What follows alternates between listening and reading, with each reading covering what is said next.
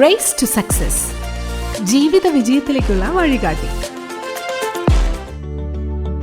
Hi, hello, നമസ്കാരം. കേട്ടുകൊണ്ടിരിക്കുന്ന എല്ലാ പ്രിയ ശ്രോതാക്കൾക്കും റേസ് ടു സക്സസിൻ്റെ ഒരു പുത്തൻ എപ്പിസോഡിലേക്ക് സ്വാഗതം കേട്ടോ.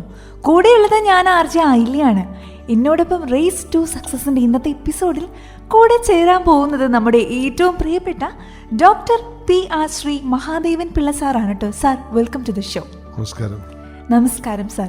ഇന്ന് ഏത് വിഷയത്തെക്കുറിച്ചാണ് സാറ് സംസാരിക്കാൻ പോകുന്നതെന്നുള്ളൊരു ആകാംക്ഷ കേട്ടുകൊണ്ടിരിക്കുന്ന ഏതൊരു ശ്രോതാവിനും ഉള്ളൊരു കാര്യമാണ്. ഏതൊരു വിഷയത്തെക്കുറിച്ചായിരിക്കും ഇന്നത്തെ റേസ് ടു സക്സസിൽ സംസാരിക്കാനായിട്ട് പോകുന്നതെന്നുള്ളത്. ഇന്ന് നമ്മൾ സംസാരിക്കാൻ പോകുന്നൊരു വിഷയം വളരെയധികം പ്രാധാന്യമുള്ളതാണ്. പ്രത്യേകിച്ച് ഈ ഒരു കാലഘട്ടത്തിൽ വളരെയധികം പ്രാധാന്യം നേടിയിട്ടുള്ളൊരു വിഷയം തന്നെയാണ്. നമ്മളെല്ലാവരും ഇപ്പോൾ ന്യൂസ് പേപ്പറിലായാലും മീഡിയാസിലൊക്കെ ആണെങ്കിലും ഇങ്ങനെ ചർച്ച ചെയ്യപ്പെടുന്നൊരു വിഷയം കൂടിയാണ് ഇന്ധനം എന്ന് പറയുന്നത്. അപ്പോൾ ആ ഒരു ഇന്ധനത്തെക്കുറിച്ചാണ് റേസ് ടു സക്സസിൽ ഇന്ന് സാറ് നമ്മളോട് സംസാരിക്കാൻ പോകുന്നത് അല്ലേ? തീർച്ചയായിട്ടും. ഇപ്പോൾ ഇന്ധനങ്ങളുടെ കാര്യം പറയുകയാണെങ്കിൽ ഇപ്പോൾ പെട്രോൾ ആവാം, ഡീസൽ ആവാം, എല്ലാ കാര്യങ്ങളിലും ഒരു വില വർധനവ് ഇങ്ങനെ വരുന്ന സമയത്ത് നമ്മൾ അതിനെക്കുറിച്ച് ഇങ്ങനെ ഘോരം സംസാരിക്കാറുണ്ട്. പക്ഷേ അതിൻ്റെ സാധ്യതകളെക്കുറിച്ചും അല്ലെങ്കിൽ ആ ഒരു പ്രശ്ന പരിഹാരങ്ങളെക്കുറിച്ചൊന്നും നമ്മളിങ്ങനെ സംസാരിക്കാറില്ല. ആ ഒരു വില വർധനവിനെ കുറിച്ച് മാത്രം ഇങ്ങനെ പലപ്പോഴും സംസാരിച്ച് വിട്ടുപോകാറാണ് പതിവ്. അപ്പോൾ നമുക്ക് എന്നാൽ അതിനെക്കുറിച്ച് കൂടുതലായിട്ടൊന്ന് സംസാരിച്ചാലും?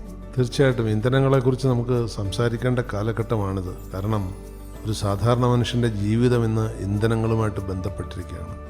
പൊതുവെ പറയാറുണ്ട്, ഇന്ധനങ്ങളുടെ കോസ്റ്റ് ഒരു മനുഷ്യൻ്റെ സാമ്പത്തിക നിലയുടെ വിപരീതമാണ്. അതായത് the burden of the fuel കോസ്റ്റിൻ്റെ ബർഡൻ. ഉദാഹരണത്തിനൊരു പാവപ്പെട്ട മനുഷ്യന് ഒരു മാസം ഒരു 5000 രൂപ വരുമാനം ഉണ്ടെങ്കിൽ അതിലൊരു 1000-1500 രൂപ അവൻ്റെ പാചക ആവശ്യങ്ങൾക്ക് വേണ്ടി ഇന്ധനത്തിന് ചിലവാക്കേണ്ടി വരുന്നുണ്ട്. ഏറ്റവും കുറഞ്ഞ പക്ഷേ ഒരു 500 രൂപയെങ്കിലും വേണ്ടി വരാറുണ്ട്. അത് വിറകാകാം, ഗ്യാസാകാം, മണ്ണെണ്ണയാകാം.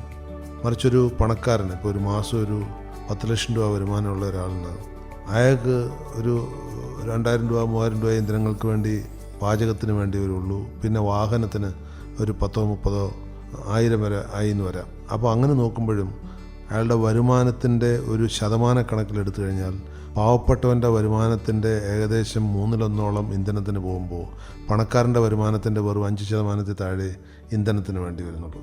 അപ്പോൾ അതുകൊണ്ട് ഇന്ധനം എപ്പോഴും ഒരു ഒഴിച്ചുകൂടാൻ പറ്റാത്ത വരവ് ചെലവ് കണക്കുകളുടെ ഭാഗമായി മാറുകയാണ്. ഇന്ധനത്തിൻ്റെ ഉൽപ്പത്തി തന്നെ ഒരു 3 നൂറ്റാണ്ടിലധികമൊന്നുമില്ല. നമ്മൾ ഈ ഇന്ധനങ്ങളെക്കുറിച്ച് ചിന്തിച്ച് തുടങ്ങിയിട്ട് തന്നെ 3 നൂറ്റാണ്ടിനടുത്തായിട്ടുള്ളൂ. കാരണം അതിനു മുമ്പ് മനുഷ്യപ്രയത്നവും മൃഗപ്രയത്നവും ഇത് രണ്ടുമാണ് നമ്മൾ ഉപയോഗിച്ചുകൊണ്ടിരുന്നത്. പക്ഷെ കഴിഞ്ഞ 3 നൂറ്റാണ്ടായി മനുഷ്യ ജീവിതത്തിലേക്ക് ഒരു പുതിയ അതിഥി കടന്നു വന്നു. അതാണ് യന്ത്രങ്ങൾ. ഈ യന്ത്രങ്ങളുടെ വരവ് 1700-ാം ആണ്ടിന് ശേഷമാണ് ഈ യന്ത്രങ്ങൾ മനുഷ്യ ജീവിതത്തിൽ. അതിനു മുമ്പുണ്ടായിരുന്ന യന്ത്രങ്ങളൊക്കെ മനുഷ്യൻ സ്വയം അവൻ്റെ അധ്വാനം കൊണ്ട് പ്രവർത്തിപ്പിക്കുന്ന യന്ത്രങ്ങളായിരുന്നു. പക്ഷേ ഇന്ധനങ്ങൾ ഉപയോഗിച്ചുകൊണ്ടുള്ള യന്ത്രങ്ങൾ സജീവമായത് ആവി യന്ത്രത്തിൻ്റെ കണ്ടുപിടുത്തത്തിന് ശേഷമാണ്. അപ്പോൾ കഴിഞ്ഞൊരു 3 നൂറ്റാണ്ട് മനുഷ്യൻ്റെ ജീവിതത്തിൻ്റെ ഒഴിവാക്കാനാകാത്ത ഒരു ഘടകമായി മാറി ഇന്ധനങ്ങൾ എന്നുള്ളതാണ് സത്യം. അതുകൊണ്ട് ഇനി നമുക്കതിനെ പെട്ടെന്നൊന്നും ഒഴിവാക്കാൻ കഴിയില്ല. കാരണം ഇന്ധനമില്ലാതെ ജീവിക്കാൻ പറ്റാത്തൊരു സ്ഥിതിയിലേക്ക് മനുഷ്യൻ എത്തിക്കഴിഞ്ഞു. ഇപ്പോൾ ഭാവിയിലെ ഇന്ധനങ്ങളും അതേപോലെ തന്നെ ഇന്നുള്ള ഇന്ധനങ്ങളും തമ്മിൽ ഒരു വ്യത്യാസം ഉണ്ടായിരിക്കില്ലേ? ഇനി വരാൻ പോകുന്ന ഒരു കാലഘട്ടത്തിൽ ഇന്നുള്ള ഇന്ധനങ്ങളിൽ നിന്ന് ഇനി ഫ്യൂച്ചറിനെ നമ്മൾ നോക്കിക്കാണുന്ന സമയത്ത് ഈ ഇന്ധനങ്ങളിൽ നല്ലൊരു വ്യത്യാസം ഉണ്ടാവില്ലേ? ഇന്ധനങ്ങളിൽ കാലക്രമമായ മാറ്റങ്ങൾ വന്നുകൊണ്ടിരിക്കുന്നുണ്ട്. ഉദാഹരണത്തിന് ഈ 3 നൂറ്റാണ്ട് മുമ്പ് യന്ത്രങ്ങൾ വരുമ്പോൾ, ആദ്യമായിട്ട് യന്ത്രങ്ങൾ വരുമ്പോൾ അതിനൊക്കെ ഇന്ധനമായി വന്നിരുന്നത് വിറകായിരുന്നു, ഫയർവുഡ്. അത് കഴിഞ്ഞ് ആണ് മനുഷ്യന് മനസ്സിലായത് ഭൂമിക്കടിയിൽ പകുതി കത്തിയ വിറകുണ്ട്, അതാണ് കൽക്കരി. അപ്പോൾ കൽക്കരി എടുത്തു തുടങ്ങി. ഭൂമിക്കടിയിൽ നിന്ന് കൽക്കരി, ലോകത്തിൻ്റെ പല ഭാഗങ്ങളിലും കൽക്കരി കുഴിച്ചെടുത്തു തുടങ്ങി. അത് കത്തിക്കാം. അപ്പോൾ ഈ വിറക് കത്തിക്കുന്നതിനേക്കാൾ ഒന്നുകൂടെ സൗകര്യമായി കൽക്കരി കത്തിക്കാം. കാരണം ഈ വിറകാണെങ്കിൽ മരങ്ങൾ വെട്ടിമുറിച്ചൊക്കെ കഷ്ണങ്ങളാക്കി ഉപയോഗിക്കേണ്ടി വരുന്നു. കൽക്കരി ആണെങ്കിൽ അങ്ങനെയല്ല, അത് പൊടിഞ്ഞ് ഉപയോഗിക്കാൻ പറ്റിയ രീതിയിൽ മണ്ണിൻ്റെ അടിയിൽ സുഖമായിട്ട്. മാത്രമല്ല ഒരു മരം വെട്ടിയാൽ കിട്ടുന്നത് ഒരു 100-300 അല്ലെങ്കിൽ 500 കിലോ വിറകാണെങ്കിൽ ഒരു ചെറിയ കുഴിയെടുത്തു കഴിഞ്ഞാൽ തന്നെ ടൺ കണക്കിന് കൽക്കരി എടുക്കാൻ പറ്റുന്ന സ്ഥിതിയിലേക്ക് വന്നപ്പോൾ കൽക്കരിയിലേക്ക് മാറി. അത് കഴിഞ്ഞ് കുറച്ചുകൂടി കഴിഞ്ഞപ്പോഴാണ് മണ്ണിനടിയിൽ ധാരാളം എണ്ണയുണ്ട്, ഈ എണ്ണ കത്തുന്നതാണ് എന്നുള്ളൊരു ബോധം മനുഷ്യനിലേക്ക്, അങ്ങനെ ശാസ്ത്രീയ അവബോധം വന്നത്. ആ അവബോധം വന്നു കഴിഞ്ഞപ്പോൾ മണ്ണിനകത്തുനിന്ന് എണ്ണ കുഴിച്ചെടുക്കാനുള്ള വിദ്യകൾ അവൻ കണ്ടെത്തി. അങ്ങനെ ആ കുഴിച്ചെടുത്ത എണ്ണകളെയാണ് ക്രൂഡ് ഓയിൽ എന്ന് നമ്മൾ സൂചിപ്പിച്ചിരുന്നത്. കുറച്ച് കഴിഞ്ഞപ്പോൾ അവൻ്റെ സാങ്കേതികവിദ്യ മെച്ചപ്പെട്ടപ്പോൾ ഈ ക്രൂഡ് ഓയിലിനെ പലതരത്തിൽ ഉള്ള എണ്ണകളാക്കാമെന്ന് കണ്ടെത്തി. ഉദാഹരണത്തിന് വളരെ ലൈറ്റായിട്ടുള്ള ഏവിയേഷൻ ഫ്യൂവൽ, എയറോപ്ലെയിനിലും മറ്റുമൊക്കെ ഉപയോഗിക്കുന്നത്. അത് കഴിഞ്ഞ് കുറച്ചുകൂടെ ഹെവിയറായിട്ടുള്ള ഡീസൽ, ഹെവി വാഹനങ്ങളിൽ ഉപയോഗിക്കുന്നത്. അതിലും കുറച്ചുകൂടെ ഹെവി ആയിട്ടുള്ള പെട്രോള്, അതിനും അപ്പുറത്ത് ഈ മണ്ണെണ്ണ, കെറസിന്, പിന്നെ പാരഫിന്, അങ്ങനെ പലതരത്തിലുള്ള നാഫ്ത, അങ്ങനെയൊക്കെ ഈ ക്രൂഡ് ഓയിലിനെ പലതരത്തിൽ വിഭജിക്കാമെന്ന് കണ്ടുപിടിച്ചതോടുകൂടി ഈ ഫ്യൂവലിൻ്റെ വ്യാപ്തി കൂടുകയായിരുന്നു. ഏതൊക്കെ തരത്തിലുള്ള ഇന്ധനങ്ങൾ, ഇതിനെല്ലാം നമ്മൾ ഫോസിൽ ഫ്യൂവൽസ് എന്നാണ് പറയുന്നത്.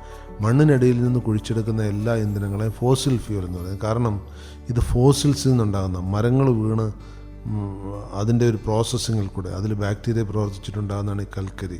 അതുപോലെ ജീവജാലങ്ങളിൽ നിന്നും ഈ ഫോസിൽ ഫ്യൂവൽ എണ്ണയൊക്കെ ഉണ്ടാകുന്നുണ്ട്.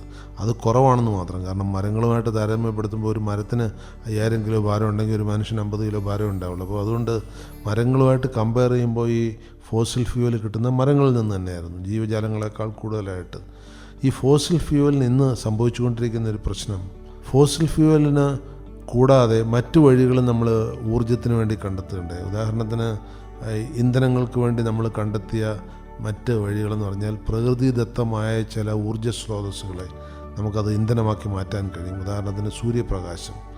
ശരിക്കും സൂര്യപ്രകാശം പൂർണ്ണമായിട്ട് ഉപയോഗിക്കാൻ കഴിയുകയാണെങ്കിൽ എല്ലാ മനുഷ്യനും കൂടി ലോകത്തിന് വേണ്ട എല്ലാ ഊർജ്ജത്തിൻ്റെയും 100 കണക്കിന് ഇരട്ടിയുണ്ട് സൂര്യപ്രകാശം. പക്ഷേ അത് നമുക്ക് പൂർണ്ണമായിട്ട് ഉപയോഗിക്കാൻ കഴിയുന്നില്ല. മാത്രമല്ല അത് ഭൂമിയുടെ ചുറ്റും മൊത്തത്തിൽ വന്നിരിക്കുകയാണ്. അത് ഭാഗികമായിട്ട് ഉപയോഗിക്കാൻ കഴിഞ്ഞിട്ടുള്ളൂ. പിന്നെ മനുഷ്യന് മറ്റ് തലങ്ങളിൽ നിന്നുള്ള ഊർജ്ജങ്ങളെ ഉപയോഗിക്കാൻ കഴിഞ്ഞു. അതായത് വെള്ളച്ചാട്ടത്തിൽ നിന്ന് അതിൻ്റെ സ്ഥാനികോർജ്ജവും അതിൻ്റെ ഗതികോർജ്ജവും ഉപയോഗിച്ചുകൊണ്ട് നമ്മൾ യന്ത്രങ്ങൾ കറക്കാൻ പഠിച്ചു. ആ യന്ത്രങ്ങളിൽ നിന്ന് വൈദ്യുതി ഉണ്ടാക്കാൻ പഠിച്ചു. അങ്ങനെ ആദ്യമായിട്ട് വൈദ്യുതി ഉണ്ടാക്കി തുടങ്ങിയത് ഈ പറഞ്ഞ വെള്ളച്ചാട്ടങ്ങളിൽ നിന്നും അല്ലെങ്കിൽ റിസർവോയറിൽ നിന്നൊക്കെയാണ്. പിന്നീടാണ് സ്റ്റീം ഉപയോഗിച്ചുള്ള എൻജിൻസ് വന്നത്. ആ സ്റ്റീം ഉപയോഗിച്ചുള്ള എൻജിൻ ആദ്യമേ കണ്ടുപിടിക്കപ്പെട്ടിരുന്നുവെങ്കിലും വ്യാപകമായിട്ട് പിന്നെ അത് ഉപയോഗത്തിലേക്ക് വന്നു. അത് തീവണ്ടികളിലും മറ്റ് യന്ത്രങ്ങളിലും ഒക്കെ അത് ഉപയോഗിച്ചു തുടങ്ങി. അപ്പോൾ കാലാകാലങ്ങളായിട്ടിപ്പോൾ വന്നിരിക്കുന്ന ഇന്ധന സ്രോതസ്സുകൾ ഈ ഫോസിൽ ഫ്യൂവലാണ് ഏറ്റവും പ്രധാനം കഴിഞ്ഞ 2 നൂറ്റാണ്ടായിട്ട്.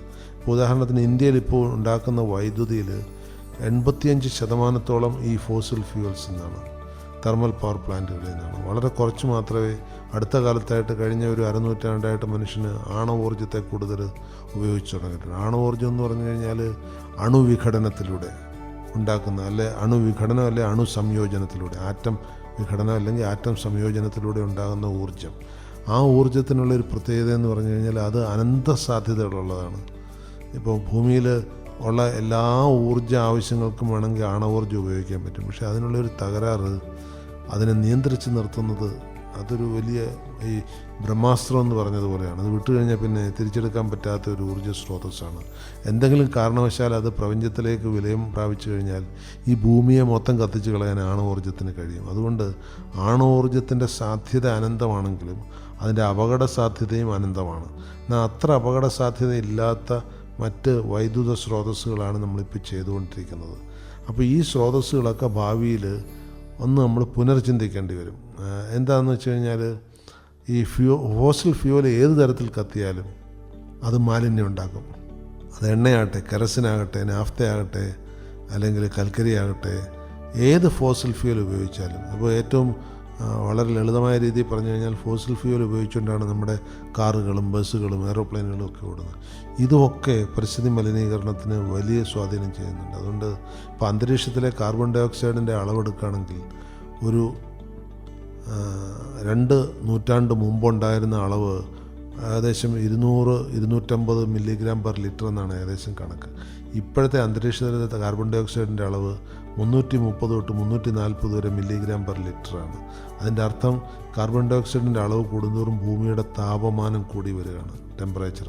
അപ്പോൾ നമ്മൾ ഈ ഫോസിൽ ഫ്യൂവൽ ഉപയോഗിക്കുന്നുണ്ട്, നമ്മുടെ ഊർജ്ജാവശ്യം നിറവേറ്റപ്പെടുന്നുണ്ട്. പക്ഷേ നമ്മുടെ ഭൂമിയെ നമ്മൾ ചൂടാക്കിക്കൊണ്ടിരിക്കുക, ഭൂമിയെ ഒരു അടുപ്പിലിട്ട് ചൂടാക്കുന്ന പോലെ നമ്മൾ ചൂടാക്കിക്കൊണ്ടിരിക്കുക. അപ്പോൾ എല്ലാ ഫോസിൽ ഫ്യൂവൽസിനും ഇങ്ങനെയുള്ള ഒരു അപകട സാധ്യതയുണ്ട്. അതുകൊണ്ടാണ് ഫോസിൽ ഫ്യൂവൽ ഇനിയും ഉണ്ടെങ്കിലും, ഫോസിൽ ഫ്യൂവൽ തീർന്നിട്ടില്ല, ഇനിയും ഉണ്ട്. ഇനിയൊരു കൽക്കരി ഒരു 10-75 കൊല്ലത്തെ കൂടി ഇനി ബാക്കിയുണ്ട്. എണ്ണയാണെങ്കിൽ ഒരു അരനൂറ്റാണ്ട് കൂടി ഉപയോഗിക്കാൻ ഇപ്പോൾ ബാക്കിയുണ്ടാകും. കാരണം ഇപ്പോഴും എണ്ണ എക്സ്പ്ലോറേഷൻ നടന്നുകൊണ്ടിരിക്കുന്നുണ്ട്. എന്ന് മാത്രമല്ല, ഈ ഭൂമിക്കടിയിലുള്ള ക്രൂഡ് ഓയിൽ ഗോളാന്തര യാത്ര നടത്തുന്നതാണ് പറയുന്നത്. കാരണം ഭൂമിക്കടിയിൽ അത് അങ്ങോട്ടും ഇങ്ങോട്ടും മാറിക്കൊണ്ടിരിക്കുന്നുണ്ട്. അതുകൊണ്ട് ചില രാജ്യങ്ങളുടെ അടിയിലുണ്ടായിരുന്ന എണ്ണ മറ്റ് ചില രാജ്യങ്ങളുടെ അടിയിലേക്കൊക്കെ ഭൂമിക്കടിയിൽ കൂടെ തന്നെ മാറിക്കൊണ്ടിരിക്കുന്നുണ്ട്. പക്ഷേ അതൊക്കെ ഉണ്ടെങ്കിൽ തന്നെയും അതിന് സബ്സ്റ്റിറ്റ്യൂട്ട്, അതിന് പകരമുള്ള ഊർജ്ജ സ്രോതസ്സുകളെ കണ്ടെത്താനുള്ള സാധ്യത ഇപ്പം തന്നെ നമ്മൾ ആലോചിക്കേണ്ടിയിരിക്കുന്നു. അപ്പോൾ ആ ഊർജ്ജ സ്രോതസ്സിനെ കണ്ടെത്തുമ്പോൾ നമുക്ക് ഏറ്റവും പ്രധാനപ്പെട്ട രണ്ട് കാര്യങ്ങൾ: ഒന്ന്, അതിൻ്റെ കോസ്റ്റ്, എത്ര ചിലവ് കുറച്ചതുണ്ടാക്കാം; രണ്ട്, അതിൻ്റെ പൊല്യൂഷൻ, എത്ര മാലിന്യം കുറച്ച് അതുണ്ടാക്കാം. ഇത് രണ്ടുമാണ് ഇന്ന് ഊർജ്ജ സ്രോതസ്സുകളെക്കുറിച്ച് അന്വേഷിക്കുമ്പോഴുള്ള ഏറ്റവും പ്രധാന ഘടകങ്ങൾ. ഇന്ന് ഗവേഷണം നടത്തുമ്പോഴും പഠിച്ചുകൊണ്ടിരിക്കുന്നത് ചിലവ് കുറഞ്ഞ് പൊല്യൂഷൻ കുറഞ്ഞ് എങ്ങനെ ഊർജ്ജ സ്രോതസ്സുകളെ ഉണ്ടാക്കാമെന്നുള്ളതാണ്. അതായത് ഇനി വരുന്ന ഭാവിയിൽ ഈ ഇന്ധനങ്ങളുടെ ആവശ്യങ്ങളിൽ വ്യത്യാസം വരുന്നതാണല്ലേ? വരും. ഊർജം വളരെ ഒരു ചെറിയ കാര്യം ഞാൻ പറയാം. പണ്ടൊക്കെ വയറിങ് ചെയ്യുമ്പോൾ നമ്മുടെ ഒരു മുറിയിൽ ഒരു പ്ലഗൊക്കെ ആയിരുന്നു സാധാരണ കൊടുത്തത്. അത് തന്നെ ഒരു ആർഭാടമായിരുന്നു. ഇന്നിപ്പം എൻ്റെ വീട്ടിൽ പല മുറികളിലും 10 പ്ലഗ് വരെ ഉണ്ടാവും. കാരണം അത്രമാത്രം ആവശ്യങ്ങൾ വരികയാണ്. അത് പലരുടെ വീട്ടിലങ്ങനെയാണ്. ഇപ്പോൾ നിങ്ങളുടെയൊക്കെ സ്വീകരണ മുറികളിലൊക്കെ ചിലപ്പോൾ 8ഉം 10ഉം പ്ലഗ് പോയിൻ്റ് ഉണ്ടാവും.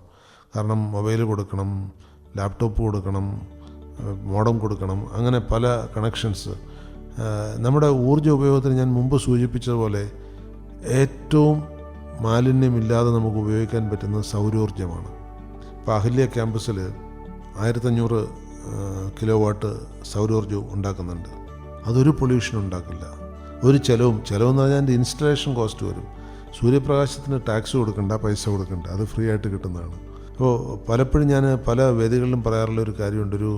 ഇപ്പോൾ അഹല്യയൊക്കെ ഒരു 10-20 കൊല്ലം കഴിയുമ്പം ഈ ഷർട്ടിൻ്റെ പുറത്തൂടെ ഒരു കോട്ട് ഇട്ടിട്ടായിരിക്കും പോകുന്നത്. ആ കോട്ട് എവിടെയെങ്കിലും വെയിൽ കിട്ടുമ്പം ആ വെയിലിനെ സ്വീകരിച്ച് ലാപ്ടോപ്പും മൊബൈലും ഒക്കെ അതിൻ്റെ ഒരു പ്ലഗ് പോയിൻ്റ് ഉണ്ടാവും അതിനകത്ത്. അവിടെ കുത്തിയാൽ ചാർജ് ചെയ്യാൻ പറ്റും. അത് സംഭരിക്കാനുള്ള ശേഷിയും ആ കോട്ടിനകത്തുണ്ടാവും. ഇപ്പോൾ ഈ ബുള്ളറ്റ് പ്രൂഫ് കോട്ടെന്ന് പറഞ്ഞ പോലെ സോളാർ അപ്രൂവ്ഡ് അല്ലെങ്കിൽ സോളാർ ഇൻവോൾവ് കോട്ടെന്നൊക്കെ പറയാൻ വേണമെങ്കിൽ സൗരോർജ്ജത്തെ സ്വീകരിക്കാനും സംഭരിക്കാനുമുള്ള സംവിധാനങ്ങളോടുകൂടിയുള്ള കോട്ടുണ്ടാവും. അതൊക്കെ അടുത്ത കാലത്ത് തന്നെ വരും. അപ്പോൾ ഇപ്പോൾ നമ്മൾ എവിടെയെങ്കിലും പോയി കഴിഞ്ഞപ്പോൾ മൊബൈലിൻ്റെ ഒരു ചാർജ് പോയി കഴിഞ്ഞാൽ നമുക്ക് ഭയങ്കര ടെൻഷനാണ്. മൊബൈൽ ഉടനെ ചാർജ് ചെയ്യേണ്ടതെന്ന്. അപ്പം മറ്റേത് ആ പ്രശ്നം ഉണ്ടാവില്ല. ആ അതിനകത്ത് തന്നെ മൊബൈൽ കുത്തിവെക്കാനുള്ള ഒരു സംവിധാനം ഉണ്ടാവും. ആ കോട്ടിനകത്ത് മൊബൈലങ്ങ് വെച്ചാൽ മതി, അത് ചാർജ് ആയിക്കോളും. അപ്പോൾ സൗരോർജ്ജത്തെ നമുക്ക് ആ രീതിയിൽ തന്നെ ഉപയോഗിക്കാം.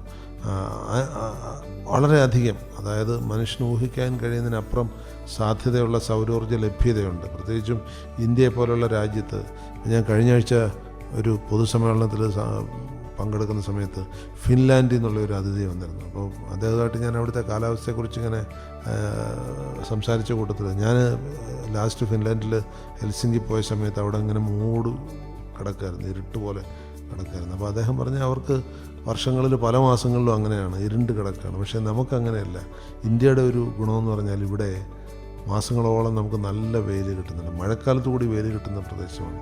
അപ്പോൾ നമുക്ക് സൗരോർജ്ജത്തെ ഏറ്റവും കൂടുതൽ ഉപയോഗിക്കും. പക്ഷേ ഈ സൗരോർജ്ജമൊന്നും വാണിജ്യപരമായിട്ട് അത്ര അധികം ഉപയോഗപ്പെടുത്താൻ കഴിയാത്തതിൻ്റെ കാരണം ഇത് ചെറിയ ചെറിയ രീതിയിൽ പലയിടത്തും ഉണ്ടാക്കുന്നു. പക്ഷേ അതിൻ്റെ ഇൻസ്റ്റലേഷൻ കോസ്റ്റ് ഇപ്പോൾ വളരെ കൂടുതലാണ്. മാത്രമല്ല, ഇപ്പോൾ ഒരു വാഹനത്തിൽ ഇപ്പോൾ ഇലക്ട്രിക് കാറുകൾ വന്നു. ഇലക്ട്രിക് കാറുകൾ മാർക്കറ്റിൽ വലിയ വിജയമായില്ല. അതിന് കാരണം എന്താണെന്ന് വെച്ച് കഴിഞ്ഞാൽ കമ്പനികളൊക്കെ പറയുന്ന അത്രയും രീതിയിൽ അത് ഇലക്ട്രിക് കാറിൻ്റെ പെർഫോമൻസ് ലെവൽ വന്നില്ല എന്നുള്ളതാണ്.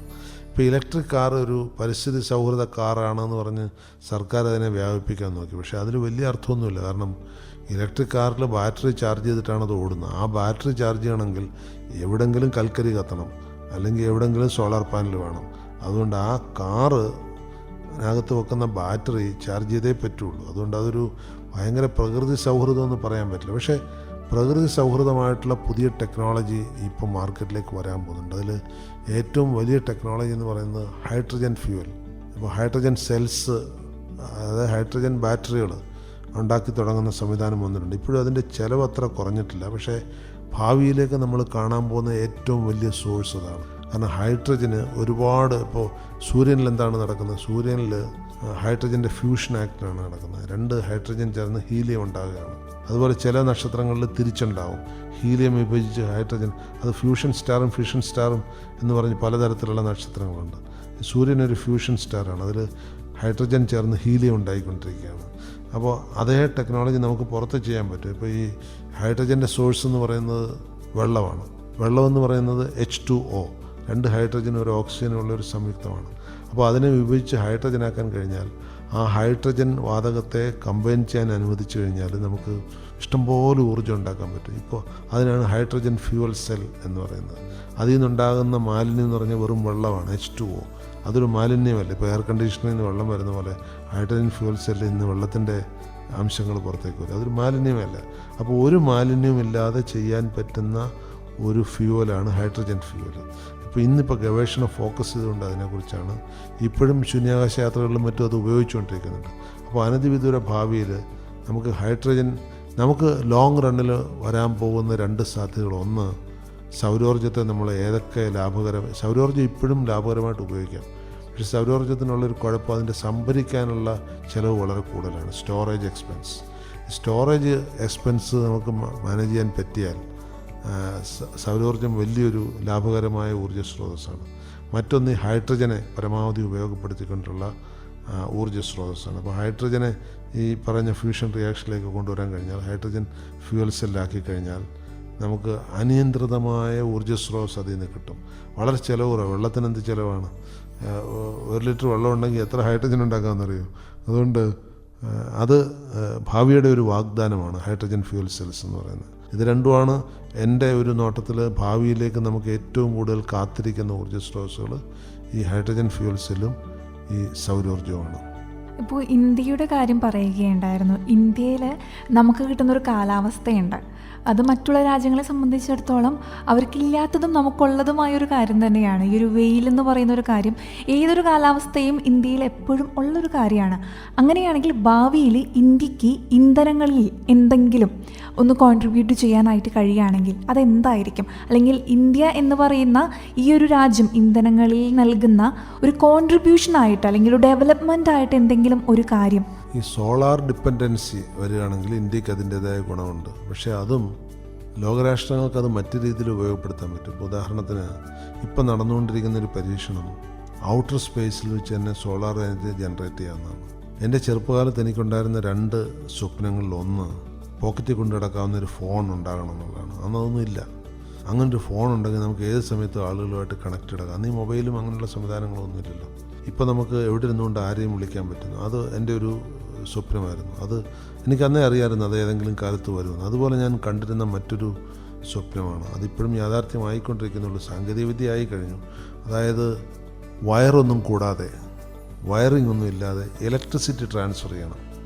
മനസ്സിലായല്ലേ? ഇപ്പോൾ ഇലക്ട്രിസിറ്റി, ഇപ്പോൾ ഈ മുറിയിലേക്ക് ഇലക്ട്രിസിറ്റി കൊണ്ടുവരണമെങ്കിൽ ഒരു വയർ വഴി ട്രാൻസ്മിറ്റ് ചെയ്യണം.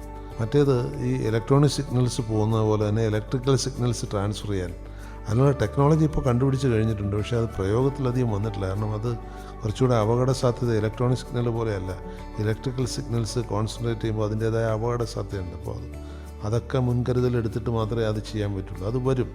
അപ്പോൾ അങ്ങനെ വന്നു കഴിഞ്ഞാൽ വേണമെങ്കിൽ ഔട്ടർ സ്പേസിൽ സോളാർ എനർജി ജനറേറ്റ് ചെയ്തിട്ട് അത് ഇലക്ട്രിക് പവറായിട്ട് ഭൂമിയിലേക്ക് ട്രാൻസ്മിറ്റ് ചെയ്യാൻ കഴിഞ്ഞു എന്ന് വരും. വയറൊന്നും വേണ്ട.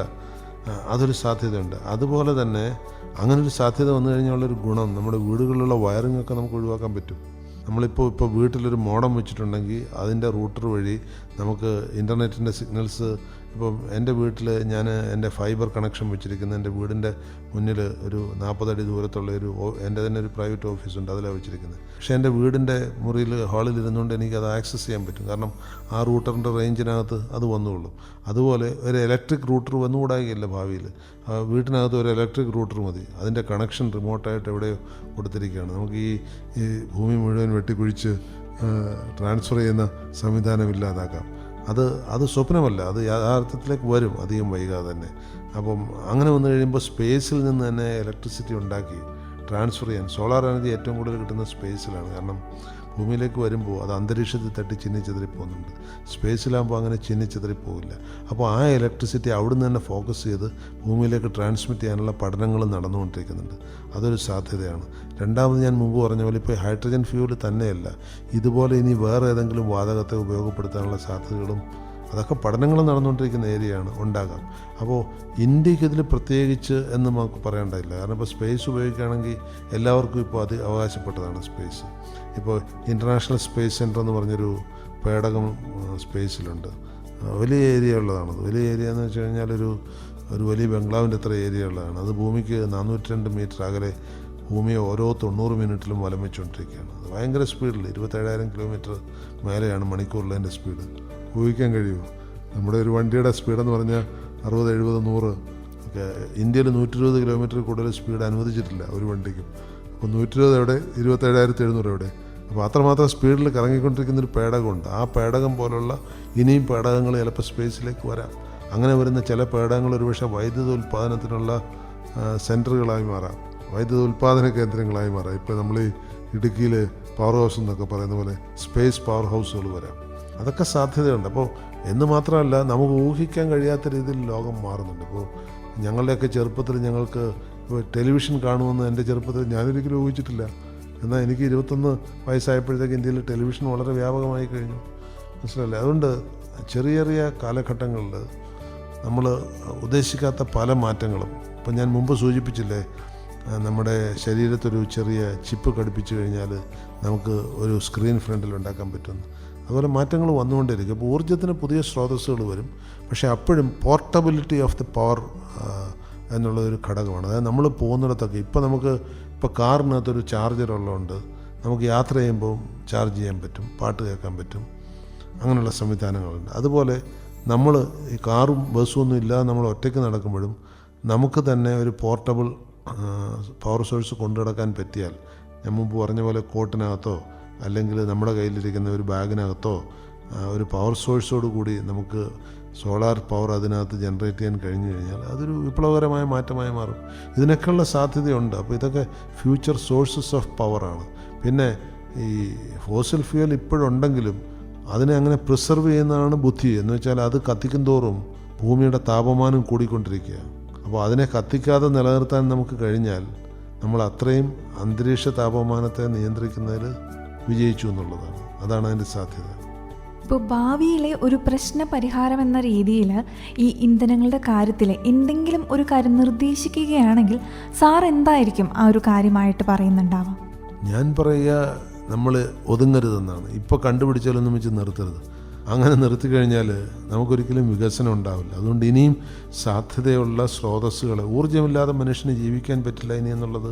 നമ്മളെ എല്ലാ ഗാഡ്ജറ്റ്സും ഊർജ്ജത്തിൽ പ്രവർത്തിക്കണം. ഇപ്പോൾ നമ്മൾ റേഡിയോയിൽ റെക്കോർഡ് ചെയ്തുകൊണ്ടിരിക്കുന്നു. ഈ മൈക്രോഫോണിന് ഇലക്ട്രിക് കണക്ഷൻ ഇല്ലെങ്കിൽ അത് വർക്ക് ചെയ്യില്ല. അതിൻ്റെ ആംപ്ലിഫയറിന് ഇലക്ട്രിക് കണക്ഷൻ ഇല്ലെങ്കിൽ അത് വർക്ക് ചെയ്യില്ല. അത് റെക്കോർഡ് ചെയ്യുന്ന ലാപ്ടോപ്പിന് ഇലക്ട്രിക് പവർ ഇല്ലെങ്കിൽ അത് വർക്ക് ചെയ്യില്ല. അപ്പോൾ ഇപ്പോൾ നമുക്ക് ഒരു സ്റ്റേജിൽ നമ്മൾ എത്തിക്കഴിഞ്ഞാൽ we cannot survive without source of energy. ഊർജ്ജത്തിനുള്ള സ്രോതസ്സില്ലാതെ പണ്ടൊക്കെ പറ്റുമായിരുന്നു. ഇപ്പോൾ പണ്ടൊക്കെ ഒരു നൂറ്റാണ്ട് മുന്നേ എടുക്കുകയാണെങ്കിൽ നമ്മുടെ കേരളത്തിൽ വൈദ്യുത കണക്ഷനുള്ള വീടുകളെ ഉണ്ടായിരുന്നില്ല. നമ്മുടെ വൈദ്യുത കണക്ഷൻ വന്നത് 1930കളുടെ അവസാനമാണ്. പള്ളിവാസൽ പദ്ധതി വന്നതിന് ശേഷമാണ് കേരളത്തിൽ വീടുകളിൽ പവർ കണക്ഷൻ കൂടി വന്നത്. ഒരു നൂറ്റാണ്ട് കൂടി ആയിട്ടില്ല എന്നുള്ളതാണ് സത്യം. അപ്പോൾ അതുകൊണ്ട് പഴയതവിടെ നിൽക്കട്ടെ. ഇനി വരുന്ന നൂറ്റാണ്ടിൽ നമ്മുടെ ഊർജ്ജോപയോഗമൊക്കെ വല്ലാത്ത രീതിയിൽ വർദ്ധിക്കും. എന്ന് മാത്രമല്ല, ഈ വർദ്ധിക്കുന്നതിനോടൊപ്പം തന്നെ അത് ചിലവ് കുറച്ച് കൊടുക്കാനും കഴിയണം. അതിൻ്റെ അഫോർഡബിലിറ്റി വ്യാപകമാണ്. ഇന്നിപ്പോൾ ലോകത്തിലെ ഏറ്റവും കൂടുതൽ നെറ്റ് അഫോർഡബിലിറ്റി ഉള്ള ഇന്ത്യയിലാണ്. അത് പലർക്കും അറിയുമെന്നറിയില്ല. ഏറ്റവും ചിലവ് കുറഞ്ഞപ്പോൾ ഏറ്റവും കൂടുതൽ ഇൻ്റർനെറ്റ് കണക്ഷൻ കിട്ടുന്നത് ഇന്ത്യയിലാണ്.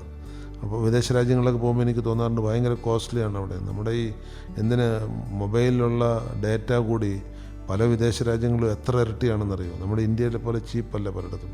അപ്പോൾ ഇന്ത്യയിൽ അത് ചീപ്പായാൽ മാത്രമേ അതിന് ഉപയോഗം ഉണ്ടാവുള്ളൂ. കാരണം ഇന്ത്യക്കാർക്ക് അത്ര ചിലവ് കൂടിയ സ്രോതസ്സുകൾ അല്ലെങ്കിൽ ഡേറ്റ സോഴ്സുകളൊന്നും ഉപയോഗിക്കാൻ പറ്റില്ല. അപ്പം പുതിയ അതിനെയും കണ്ടുപിടിക്കണം. ഇന്നുള്ളത് അവിടെ നിൽക്കട്ടെ. ഇപ്പോഴത്തെ കണക്കനുസരിച്ച് ഇപ്പോൾ ഹൈഡ്രജൻ ഫ്യൂവലും അതുപോലെ സോളാറുമാണ് ഏറ്റവും പ്രോമിസിങ് ആയിട്ടുള്ളതെന്ന് ഞാൻ പറഞ്ഞു കഴിഞ്ഞു. പക്ഷേ ഒരു 10 കൊല്ലം കഴിയുമ്പോൾ അത് മാറ്റി എഴുതണം. നമ്മുടെ ഗവേഷണങ്ങൾ, പുതിയ പന്താവുകൾ കണ്ടെത്തണം. നമുക്കിപ്പോൾ അറിയാത്ത മാർഗ്ഗങ്ങൾ നമ്മൾ ഇനിയും തേടി പിടിക്കണം. എന്നിട്ട് അതിനെ നമുക്ക് പുതിയ ഊർജ്ജ സ്രോതസ്സാക്കി മാറ്റാൻ കഴിയണം. അപ്പോൾ ഇന്ധനങ്ങളെക്കുറിച്ചാണ് നമ്മളിന്ന് സംസാരിച്ചത്. ഊർജമില്ലാതെ മനുഷ്യനില്ല.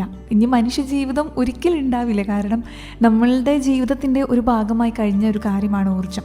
ആദ്യം സൂര്യനിൽ നിന്നുള്ള ആ ഒരു എനർജിയിൽ ജീവിച്ച മനുഷ്യൻ ആദിമകാലത്തിൽ നിന്ന് ഇപ്പോൾ ഇലക്ട്രോണിക്സിൻ്റെ ആ ഒരു ജീവിതത്തിലേക്ക് മാറിക്കഴിഞ്ഞിരിക്കുകയാണ്. ഇന്ധനവും ഊർജ്ജവും ഇല്ലാതെ ഒരു മനുഷ്യ ജീവിതം ഇല്ലെന്നുള്ളതാണ് ഏറ്റവും വലിയൊരു കാര്യം. അതൊരു സത്യം തന്നെയാണ്.